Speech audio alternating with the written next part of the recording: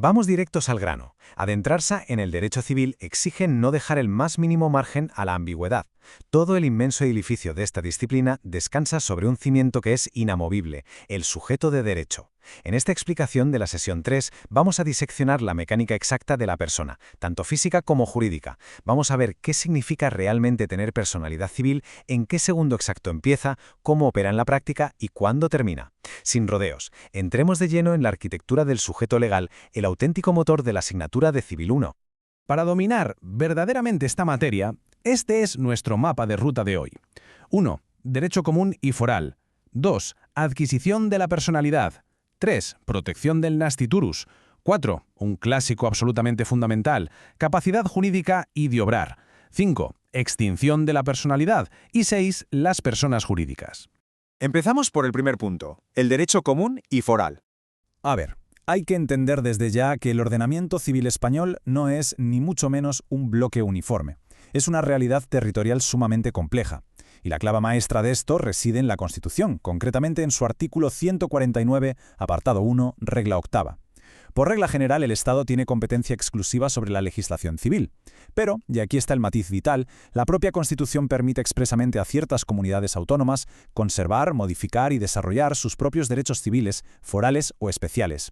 Esto no es un detalle histórico menor, es el fundamento jurídico que legitima la pluralidad civil en España y afecta directamente al estado civil de las personas.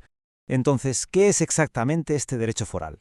Lo definimos de manera rigurosa como ese conjunto de ordenamientos de derecho privado que están en pleno vigor y que coexisten junto al Código Civil Nacional. Hablamos de normativas con raíces históricas profundísimas que se aplican a día de hoy en territorios como Aragón, Cataluña, Baleares, Galicia, Navarra y el País Vasco. Y el dato crucial que debemos retener es que en estas comunidades el derecho foral tiene primacía absoluta sobre el Código Civil en cuestiones tan cotidianas como la familia o las herencias. Por ejemplo, si alguien contrae matrimonio bajo el paraguas del derecho civil catalán sin hacer ningún pacto previo, su régimen será automáticamente el de separación de bienes. El Código Civil Nacional se queda relegado a un papel puramente supletorio. Avanzamos al punto 2, la adquisición de la personalidad. Dejamos la visión territorial y ponemos el foco en el protagonista absoluto de la norma, la persona natural. En derecho, y esto grabadlo a fuego, existir biológicamente no significa automáticamente existir legalmente. El artículo 30 del Código Civil nos da la fórmula exacta de cuándo comenzamos a ser sujetos de derecho. Establece que la personalidad se adquiere en el momento del nacimiento con vida, una vez se ha producido el entero desprendimiento del seno materno. Así de estricto. Dos requisitos innegociables, vida y separación total. Solo a partir de ese corte físico milimétrico, el ordenamiento se despliega y el individuo adquiere su estado civil, se convierte en titular de derechos y, potencialmente, en titular de un patrimonio. Y la verdad es que resulta verdaderamente fascinante repasar la evolución histórica de esta norma para darnos cuenta de que la personalidad es un constructo legal fríamente calculado, no un simple hecho natural. Antaño, el legislador exigía criterios muy diferentes. En la época visigoda se pedía el bautismo. Siglos después, la ley obligaba a sobrevivir una semana entera. De hecho, hasta una reforma relativamente reciente, nuestro propio Código Civil exigía sobrevivir 24 horas enteramente desprendido del seno materno, una norma pensada históricamente para blindar que los patrimonios no saltaran de una familia a otra por nacimientos muy breves. Hoy en día, para adaptarnos a la Convención de los Derechos del Niño, el único requisito es simplemente nacer con vida. Pasamos al tercer apartado, la protección del nasciturus. Claro, si la personalidad empieza ineludiblemente en el momento de nacer, nos encontramos con un problema enorme. ¿Qué ocurre con el que está en camino? Para solucionar este evidente vacío, surge la figura del nasciturus, el concebido y no nacido. Técnicamente hablando, estamos ante una ficción legal. Como todavía no cumple lo que dicta el artículo 30, no tiene personalidad civil. Punto.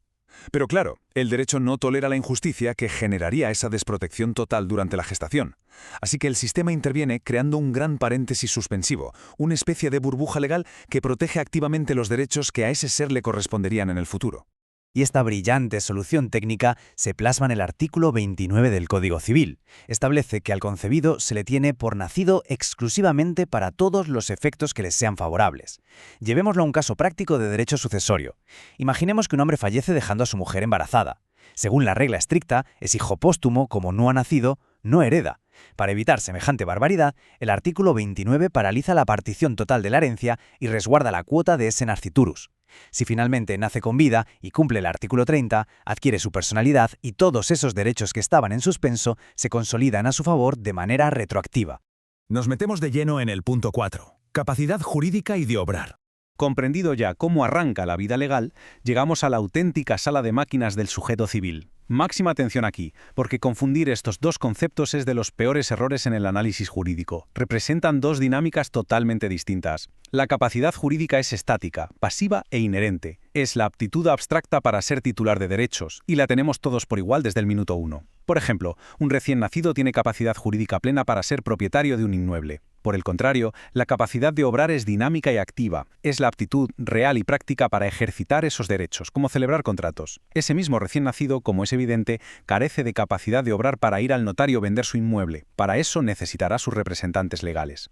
Ojo a esto, porque es imperativo actualizarse. Durante siglos, la capacidad de obrar de ciertas personas podía anularse por completo mediante la llamada incapacitación judicial.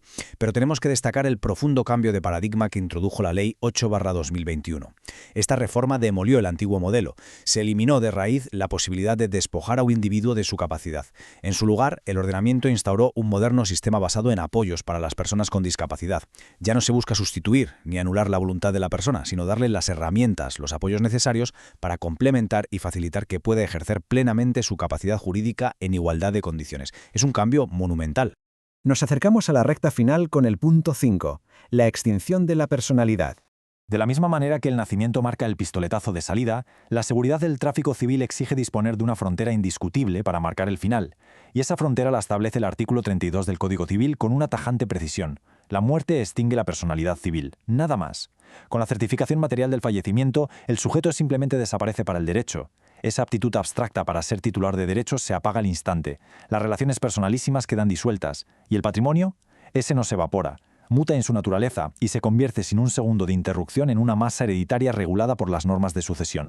Y por último, el punto 6, las personas jurídicas. Hasta este momento nos hemos centrado exclusivamente en la persona física, en los seres humanos. Pero la inabarcable realidad social y económica requiere proyectos que superen nuestra temporalidad y nuestros limitados patrimonios individuales. Para canalizar todo eso, el derecho dota de vida a una herramienta maestra, la persona jurídica. Hablamos de entidades a las que la ley otorga una existencia y una personalidad civil propias, radicalmente separadas de los individuos que las componen. Estas entidades tienen su propio nombre, su propio domicilio y sobre todo responden de sus obligaciones con su propio patrimonio, no con el de sus miembros. Su nacimiento no es biológico, obviamente, sino que cobran vida jurídica al cumplir con los registros formales que exige la ley. Como juristas, la exigencia académica nos obliga a clasificar sistemáticamente estas entidades. A grandes rasgos, diferenciamos entre las de derecho público y las del ámbito privado. Pero dentro de las privadas, la verdadera anatomía se distingue por su núcleo. Por un lado, tenemos las entidades de base asociacional, como las asociaciones y las sociedades. Estas son, en esencia, grupos organizados de personas que se unen para conseguir un fin común. Y, por el otro lado, en frontal contraste, están las de base fundacional, las fundaciones. En este caso, el núcleo vital no es un grupo de gente, sino una masa patrimonial, unos bienes que se quedan adscritos de forma permanente a conseguir un fin de indudable interés público. A través de estos conceptos, hemos trazado al milímetro la arquitectura completa del sujeto. Desde los límites territoriales de las normas y el derecho foral, pasando por el segundo exacto en el que nace la personalidad civil, hasta el mecanismo de nuestras capacidades operativas y la creación de entidades colectivas. Pero no lo olvidemos, el derecho civil no es mera teoría inamovible guardada en manuales, es el potente engranaje con el que la sociedad ordena todas sus relaciones cotidianas. Dominar técnicamente quién tiene la titularidad de un derecho, bajo qué ley territorial se rige y con qué capacidad operativa actúa es indispensable. La gran pregunta y el verdadero reto intelectual que tenemos por delante es ¿cómo vamos a aplicar toda esta rigurosa mecánica del sujeto jurídico para ofrecer respuestas sólidas a los conflictos reales de la práctica profesional? Ahí está la clave de todo esto.